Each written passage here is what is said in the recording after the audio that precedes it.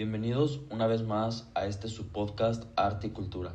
En este episodio hablaremos acerca del patrimonio tangible e intangible del estado de Yucatán. Además, abordaremos algunas de las problemáticas que se presentan en el ámbito cultural y qué posibles soluciones hay para resolverlos. Es así como damos comienzo.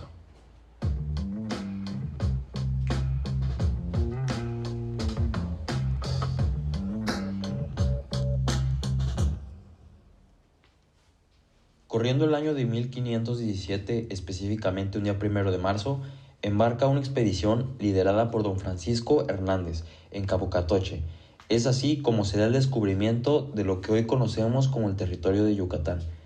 Estado ubicado en la península del Caribe en el sur de nuestro país, sumamente rico en cultura y tradiciones, que ponen en alto el nombre de nuestro país a nivel internacional.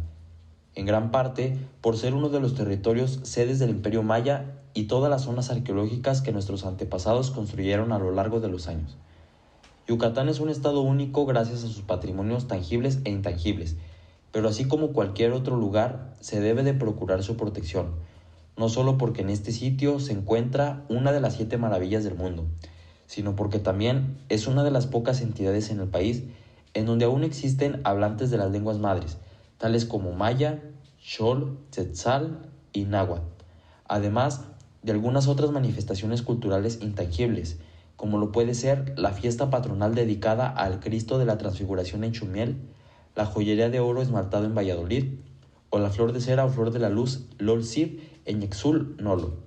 Consideramos que preservar el patrimonio no solo es responsabilidad de las instituciones y del gobierno, sino que es deber de todos nosotros como sociedad, por lo que debemos fomentar las costumbres y tradiciones, siendo este el fundamento de nuestro proyecto, partiendo desde el sentido de pertenencia a nuestra cultura y buscando salvaguardar la riqueza cultural y natural que tiene nuestro país.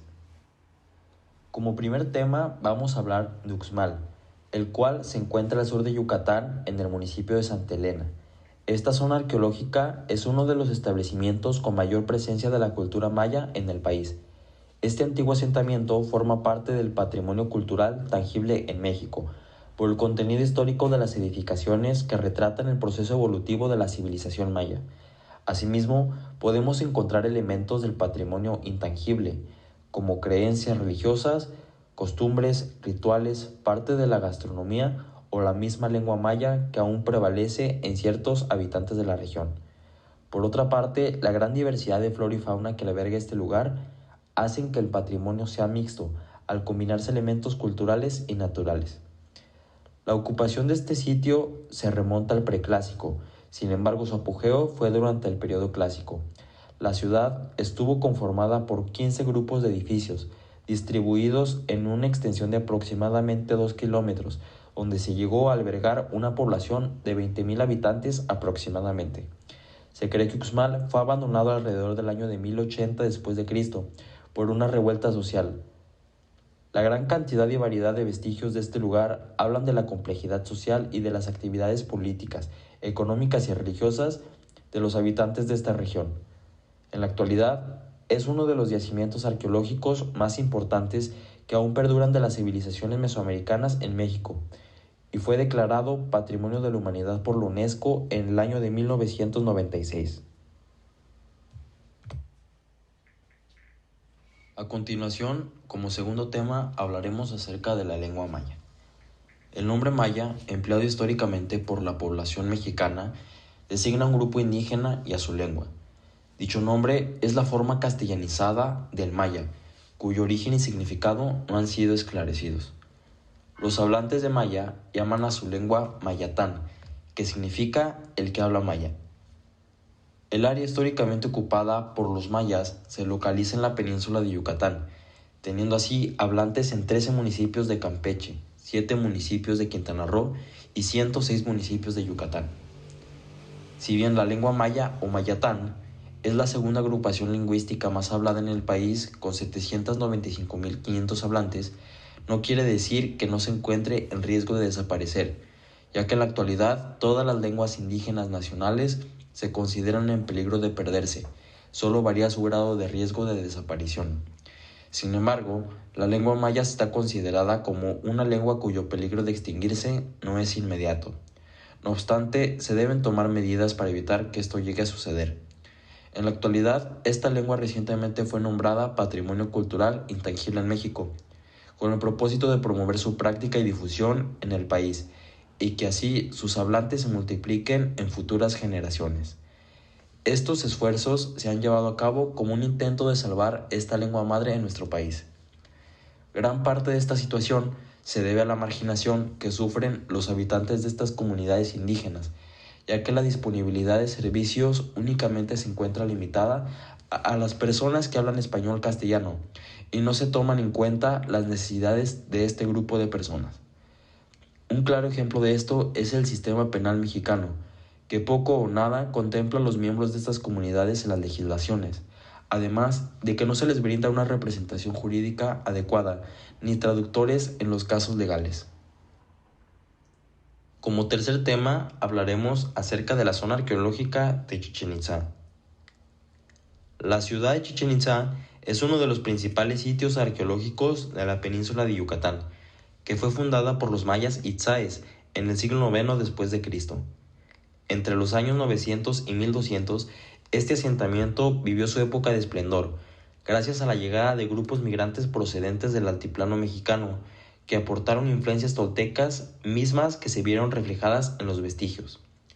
En términos culturales, este sitio toma gran relevancia debido a la arquitectura maya típica, sin mezcla de influjos extranjeros, que forma parte del patrimonio cultural tangible en nuestro país.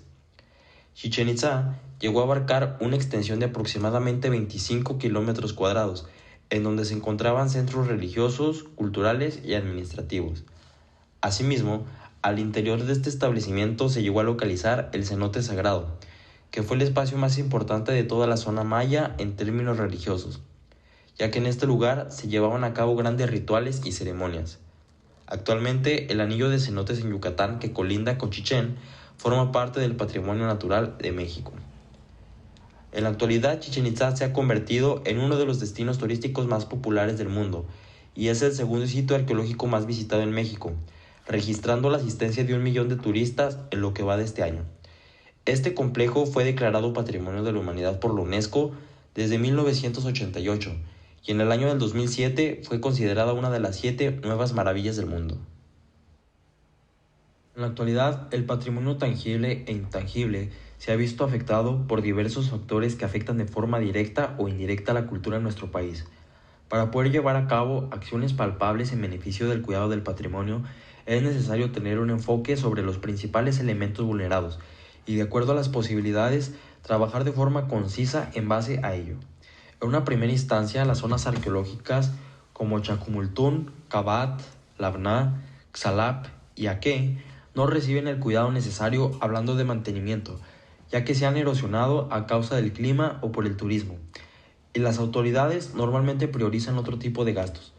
Por otra parte, el patrimonio intangible como la música, el idioma, la gastronomía, las lenguas indígenas, las festividades y las costumbres también se han visto afectadas, principalmente por la globalización, ya que en todo México se han propagado otras culturas, causando así que nuestro patrimonio se vaya disipando poco a poco.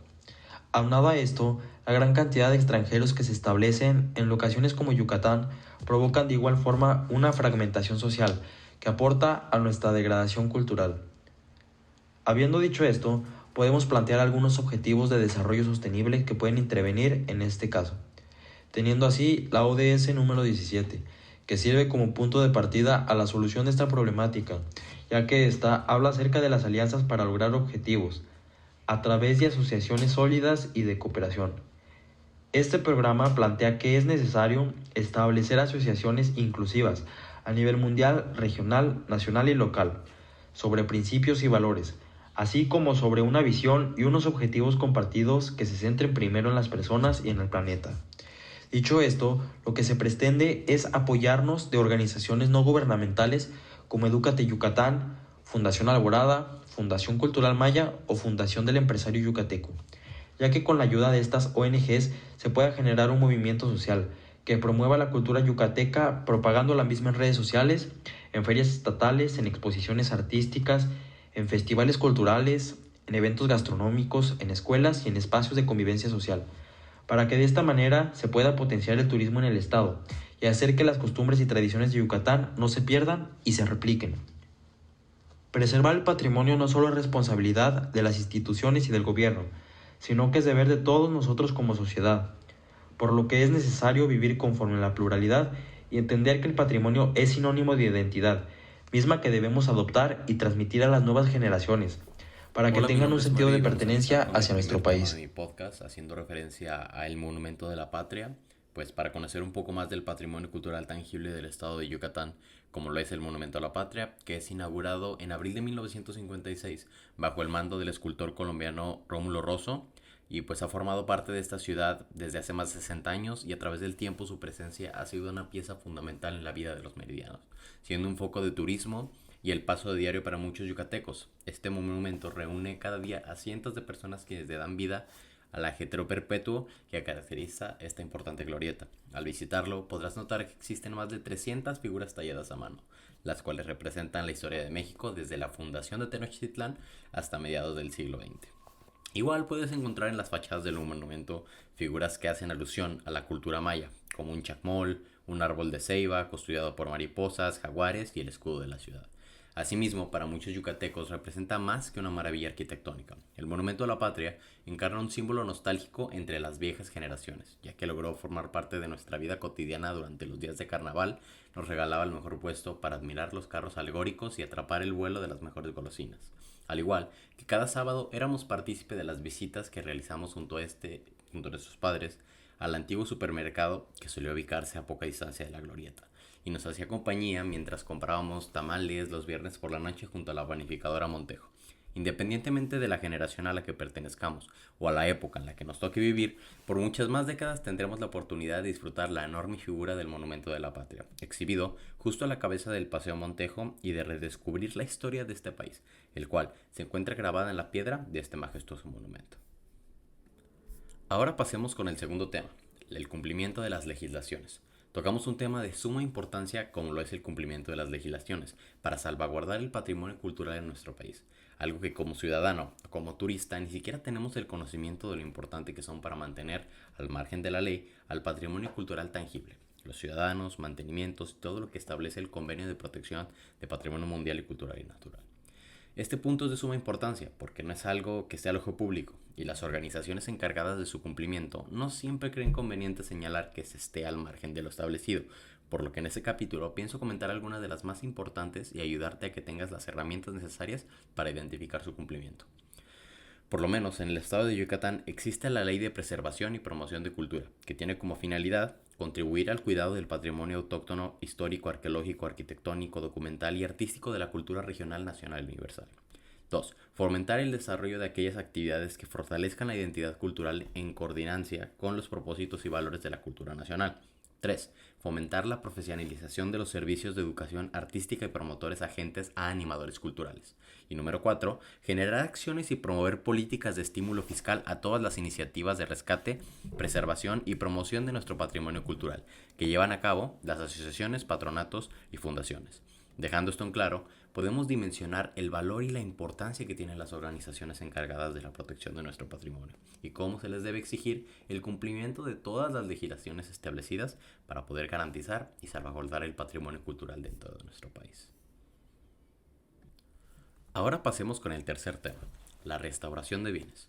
Este es un tema de controversia alrededor del tema de preservar el patrimonio cultural tangible, y es que los procedimientos de restauración por los que deben pasar parten de una división de opiniones entre el concepto de mantenimiento de los bienes y remodelación de los bienes. En este caso, ¿cómo puedes restaurar o remodelar un bien de patrimonio cultural sin que pierda su esencia y la historia que lo acompaña? Algunas personas prefieren que no se toquen los bienes patrimoniales. Sin embargo, ¿cómo podemos hacer que estos sigan preservando a lo largo de los años? Por lo que la restauración de los bienes es un proceso obligatorio. Y en el estado de Yucatán es famoso internacionalmente por su cultura. Esto ya lo habíamos mencionado anteriormente, pero ¿qué tanto interés tiene el gobierno en la restauración de los bienes culturales tangibles? Pues bueno, basémonos en las noticias. La Secretaría de Cultura del Gobierno de México, a través del Instituto Nacional de la Antropología e Historia, el INAH, dará inicio al programa de mejoramiento de zonas arqueológicas Promesa, en la zona arqueológica de Ekbalam, ubicado en el noreste del estado de Yucatán, con una inversión estimada de 25 millones de pesos y el empleo temporal de 80 personas, entre especialistas y gente de las comunidades de Balam, Temozón y Valladolid. Lo que nos da una muestra clara de que, pues a pesar de las deficiencias de los organismos como la ENAP, que en un futuro, bueno, en un momento más vamos a hablar de ello, pues estos organismos de verdad sí están interesados en salvaguardar el patrimonio dentro de nuestro país y tan siquiera hacer un esfuerzo por hacer su trabajo, y pues por lo menos en las zonas del estado de Yucatán podemos confirmar esto. Pero vamos a analizar de esto en el siguiente tema. Ahora, nuestro último tema y relacionándolo con el ODS de Paz, Justicia e Instituciones Sólidas, el título se llama, o el título pues lo puse como Personal incapaz dentro de puestos para gente capaz. Un título un poquito controversial y fuerte, pero vamos a desarrollarlo, ya que sabemos que en nuestro país contamos con mucho personal incapaz dentro de puestos para gente capaz. Y pues relacionándolo con uno de los puntos tocados en el tema anterior, la situación que vivimos en nuestro país en la actualidad, no solamente en tema de salvaguardar nuestro patrimonio, sino también de la administración de nuestra nación. No obstante, nos limitaremos a la materia de este podcast y hablaremos de cómo la incapacidad y negligencia de algunos de los altos mandos de nuestro país puede desencadenar inestabilidad. Basémonos en otra noticia. La situación actual nos dice que el INAH y el ENAH llevan años teniendo problemas, no solamente en materia de asignación de recursos y presupuestos, sino también en lo relacionado al capital humano. Como nos lo describe el medio Este País en un artículo publicado en el 2022. Un punto clave del asunto es la precaria situación de los trabajadores eventuales, quienes no cuentan con contratos estables, ni prestaciones o salarios dignos. Otra de las raíces del problema de la INAH es que el instituto, a pesar de ser considerado un órgano desconcentrado, no cuenta con autonomía presupuestal. Por lo que, desde mi punto de vista, una de las soluciones más viables para este tipo de situaciones que se están volviendo más recurrentes año con año es una urgente reestructuración de la cadena de mando dentro de estos organismos. Esto es de suma importancia para poder garantizar un patrimonio cultural a largo plazo y fomentar que una institución sólida sea la encargada de salvaguardar nuestro patrimonio. Pues bueno, estos han sido mis 4 guiones. Espero les haya gustado muchísimo. Y pues nada más, me despido. Muchas gracias. Hola, yo soy Lian y hoy les voy a hablar de Yucatán, más precisamente de la zona arqueológica llamada Mayapán. Mayapán es una ciudad amurallada de la que se le da el nombre Banderas de los Mayas. En esa ciudad, la cual llegó a tener la capacidad de 12.000 personas o habitantes, esta ciudad, sus inicios fueron fundados en el periodo posclásico. Esta ciudad está localizada al sur del estado de Yucatán y a 45 kilómetros de la carretera de Mérida a Acne. Eh, la ciudad Mayapán es una ciudad cuyos habitantes fueron del grupo llamado COCOM, los cuales son expertos, los cuales los expertos asocian con los portadores de las culturas maya, tolteca. En esta cuida hay aproximadamente, en esta ciudad hay aproximadamente 4.000 estructuras, en las cuales hoy en día ya solo es un lugar turístico en la cual las personas van a visitar para poder tomarse fotos ahí. En esta ciudad amurallada, con un alrededor de 40 cenotes, de donde aproximadamente 10 a 12.000 pobladores construyeron estructuras piramidales con diseño arquitectónico de Uxmal y Chichen Itza a escala menor, como se puede apreciar en el templo de Cuculcán. Cuculcán. En Yucatán hay unos libros de Chilam Balam que son una serie de escritos mayas que llevan como título el nombre de sus profetas, seguido por el lugar de origen. En uno de estos se puede leer sobre la lengua Cuculcán Amaya, coincidiendo con la fecha de las tradiciones mexicas. Hablan de la salida de Quetzalcóatl hacia el este. En este momento les estaré hablando de las tradiciones que tenían en esta ciudad llamada Mayapán. En esa ciudad amurallada, conocida como la bandera de los mayas, es considerada por los especialistas como una gran capital del territorio maya, con una extensión de 2 kilómetros cuadrados, 4 kilómetros cuadrados, en la cual hay aproximadamente 4.000 estructuras Básicamente las tradiciones que tenían estos mayas son tales como las del juego de la pelota, un juego en el cual, creado por los mismos mayas, el cual consiste en una cancha, lanzar una pelota de 3 gramos sin ocupar pies, manos y cabeza, por lo cual ellos utilizaban las caderas para poder colocarla en unos aros que estaban en las paredes.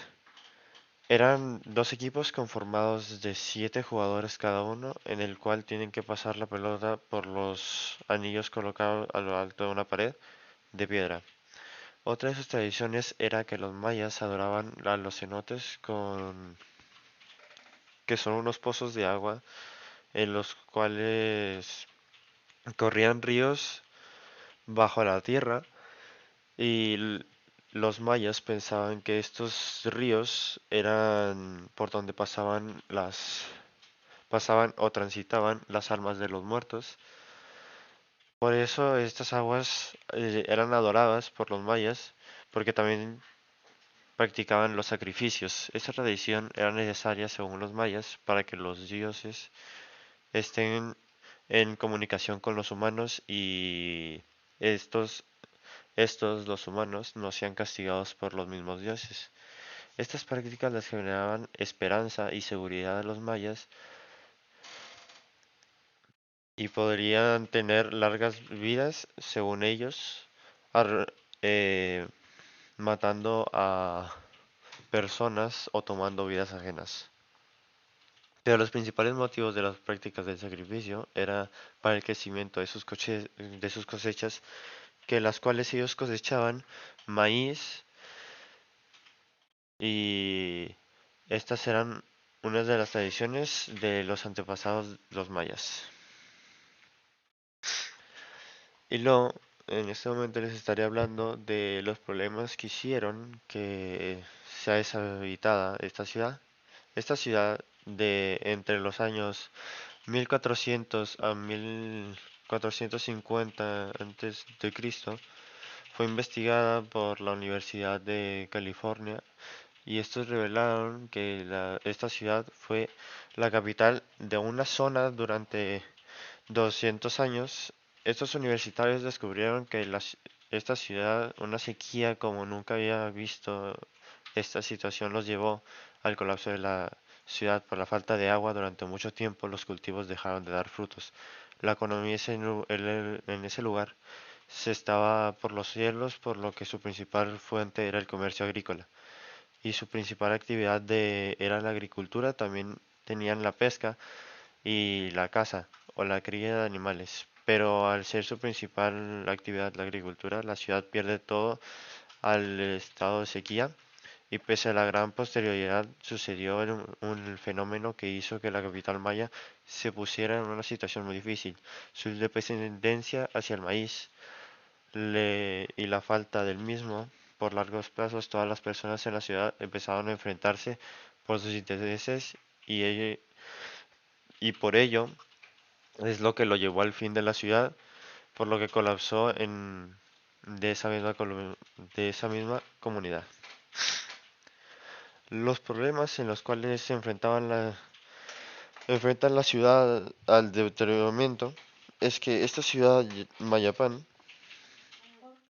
ahora es un centro turístico, enfrentándose a uno de los problemas que no podemos negar: la ciudad se está deteriorando, porque las personas están yendo a subirse a los mismos estructuras que están dentro de la ciudad, y sin poder negar el deterioramiento de esta, no, por el paso de los años, las lluvias, tormentas que han pasado, este centro turístico ha enfrentado a tantas personas pasando por sus calles, y la erosión de los materiales de la ciudad se está destruyendo, quedando cada vez menos de esta. Pero con los materiales que están utilizando para que la ciudad maya de Mayapán no se ve en deterioro, no solo lo ayuda estéticamente. Estos materiales que utilizan para evitar el deterioro de Mayapán puede llegar a afectar si no son utilizados adecuadamente. Los materiales que utilizan son polímeros de estilo artificial de diferentes cementos y unas tecnologías de conservación de murales de los mayas y guardar esos recuerdos de los antepasados. Llegando al final de este podcast es los datos relevantes de esta ciudad, Mayapán. En esta ciudad maya hay varias cosas que descubrir y de lo cual no estamos completamente seguros que sabemos todo de ella. Esta ciudad eh, fue la capital de los mayas durante 200 años. Sus edificios son del periodo posclásico, es lo que son estructuras, por lo que son estructuras de basarro, basa- estructuras que se basaron en construcciones anteriormente hechas por los mayas. Cono de la ciudad de Chichén Itzá, varios edificios que hay en Mayapán son muy semejantes. O copiados de Chichén Itzá, el nombre de Mayapán viene del náhuatl, donde significa bandera, de lo que se traduce la bandera de los mayas. Esta ciudad es una ciudad muy bonita dentro de los recuerdos de los mayas y hay muchas cosas que descubrir sobre ella. Así que esto sería todo de mi parte. Bye bye. Hola, hoy hablaremos sobre los patrimonios culturales intangibles de Yucatán. Específicamente, yo escogí la lengua maya. Las lenguas mayas son descendientes de un idioma proto-mayo que data desde hace 5000 años aproximadamente. Ese mismo surgió en el área mesoamericana y se diversifica muy rápidamente en un conjunto de lenguas mayenses, una familia de idiomas que exhibe enormes similitudes. Algunas de ellas fueron escritas en la América precolombina, empleando glifos. La escritura fue común durante la etapa clásica de la cultura maya, y muchos de sus códices en un papel de corteza han sobrevivido hasta nuestros días. Junto con la rica literatura maya colonial de los siglos XVI, XVII y XVIII, constituyen documentos importantísimos para la comprensión de la Mesoamérica previa a la llegada de los españoles. Y ustedes se preguntarán, ¿qué lazo une el presente con el pasado? Bueno, ¿sabías que el idioma maya es uno de los más antiguos que existen en México? Según los datos, actualmente hay más de 800,000 habitantes que aún lo hablan y preservan la riqueza de su lenguaje. Todo el idioma maya se compone de 31 lenguas distintas y solo dos de ellas se consideran muertas. Las dos lenguas que se consideran muertas son el chicomuculteco y el chotli, mientras que las otras 29 lenguas continúan siendo una forma de comunicación entre las comunidades que comparten la cultura maya como herencia. ¿Y por qué el patrimonio cultural de la lengua maya es importante? Bueno, la lengua maya es uno de los patrimonios más importantes de Yucatán y uno de los más interesantes por sus antepasados, por sus costumbres, por su gente, su sazón, etc. La lengua maya es una de las lenguas más antiguas y una de las lenguas más influyentes en el idioma español.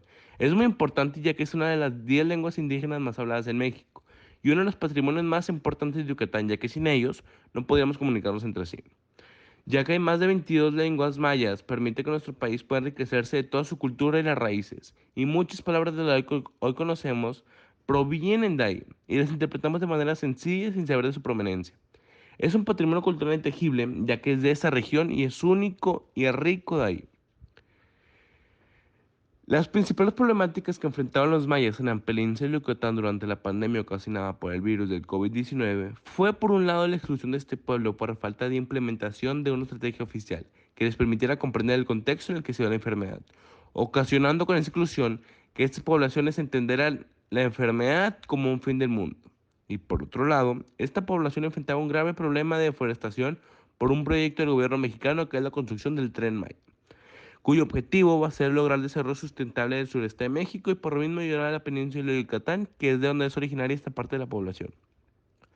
Cuando estas dos problemáticas empezaron a surgir hace tiempo, las poblaciones del sur de México, incluyendo la maya, empezaron a pensar, como ya lo había mencionado, que era el fin del mundo, ya que su cultura la describe de esta manera, y así las poblaciones mayas no quisieron salir durante más de 6 meses, hasta que una parte de la población se dio cuenta sobre estas problemáticas y se lo comunicó al gobierno de Yucatán, y así implementar herramientas para comunicarle a las poblaciones mayas sobre todo lo que está ocasionando, y así vivir con tranquilidad como todos deberíamos de vivir. El ODS 10.2 intenta que el año actual, al 2030, potenciar y promover la inclusión social, económica y política de las personas, independientemente de su edad, sexo, discapacidad, raza, etnia, origen, religión, y así lograr igualdad entre las comunidades en el mundo y en especial entre el sur, centro y norte de México. Ya que hasta la fecha sabemos que hay distinciones por parte de las personas que habitan en el norte del país hacia los habitantes en el sur. Y eso debe cambiar. Así que yo haría como solución talleres o actividades en las que se ve involucrado todo el país para que nos demos cuenta de que todos somos iguales y no debe haber distinciones. En la península de Yucatán, la lengua maya está envuelta en un proceso de discriminación y racismo que genera vergüenza entre los maya hablantes. Y esto hace que día tras día más gente maya vaya desapareciendo por pena, por miedo al que dirán los demás habitantes de la ciudad, además de que en ciertos trabajos los rechazan simplemente por el hecho de su apariencia o su lengua natal. Y eso es algo con lo que tienen que enfrentar los mayas hablantes, y eso pone en riesgo, ya que cada vez menos hablantes hay en la comunidad. Otra problemática es que la cultura maya hoy en día nos la venden como una cultura gloriosa, una cultura perfecta, y eso es muy bueno. Pero ¿qué pasa con la cultura maya actual? Hay una especie de rompimiento entre los mayas actuales y los mayas antiguos, en el aspecto de que parece que hablamos de dos culturas totalmente diferentes. Ya que las ciudades en las que principalmente habitaban era Chichén Itzá y Uxmal, uno pensaría que el contacto cultural viene desde la televisión, revistas, etc. Pero es muy diferente. Desde épocas de Chichén Itzá, los mayas ya tenían comunicaciones con otras diferentes culturas, ya que ellos se encontraban en Yucatán, en el sur de México, y se podían comunicar con los aztecas. La lengua maya hoy en día sufre discriminación por su tipo de comunicación y hace, como ya lo había mencionado, cada vez más gente maya hablante se distancia de sus culturas, de sus costumbres, de su lengua natal, y eso está muy mal, ya que nos deberíamos de sentir orgullosos que una de las lenguas más antiguas y más sabias de todo el mundo tenga su origen en México, y no deberíamos de discriminarlas porque eso hace con el tiempo, como ha ocurrido con otras lenguas, vayan a desaparecer. Y ya para despedir este podcast, los invitaría a que investiguen sobre todos los patrimonios culturales de nuestro país, México, y de Yucatán, que es uno de los estados con mayor riqueza en el país. Y ya para acabar este podcast, les mencionaré un dato interesante sobre esta cultura. Y es que los mayas hablantes que habitan en ciudades piramidales, y hoy en día esas ciudades piramidales llenas de misterios, son uno de los lugares más turísticos del mundo, más visitados del mundo, y con mayor influencia en la economía de México y en especial de Yucatán. Bueno, y yo voy a estar hablando sobre la jarana yucateca. Este es uno de los patrimonios más, destacados de Yucatán, pero que, sobre todo en la capital, Mérida. Pero, ¿qué es la jarana yucateca? Bueno, la jarana es un baile en donde se inicia con dos golpes de timbal, que para los que no sepan qué es un timbal, es como un tambor artesanal, si se podría decir eso.